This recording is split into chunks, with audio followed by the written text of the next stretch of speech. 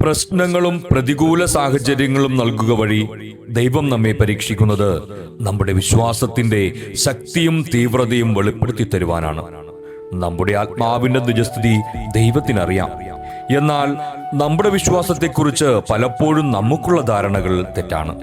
ചില സാഹചര്യങ്ങളിൽ ദൈവവിശ്വാസിയാണെങ്കിൽ പോലും നമ്മുടെ ചിന്തകൾ നമ്മെ ദൈവവിശ്വാസത്തിൽ നിന്നും അകന്നു പോകുന്നതിന് കാരണമായേക്കാം.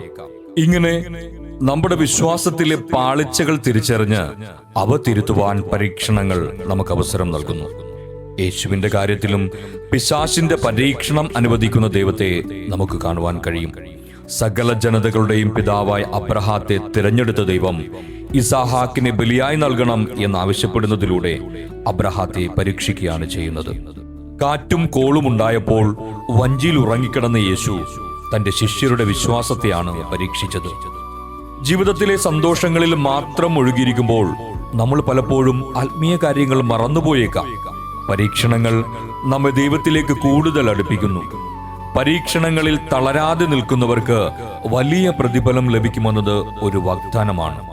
വചനപ്രകാരം നമ്മുടെ എല്ലാ അവസ്ഥകളിലും നമ്മോടൊത്തുണ്ടാകുന്ന ദൈവമാണ് നമ്മുടേത്.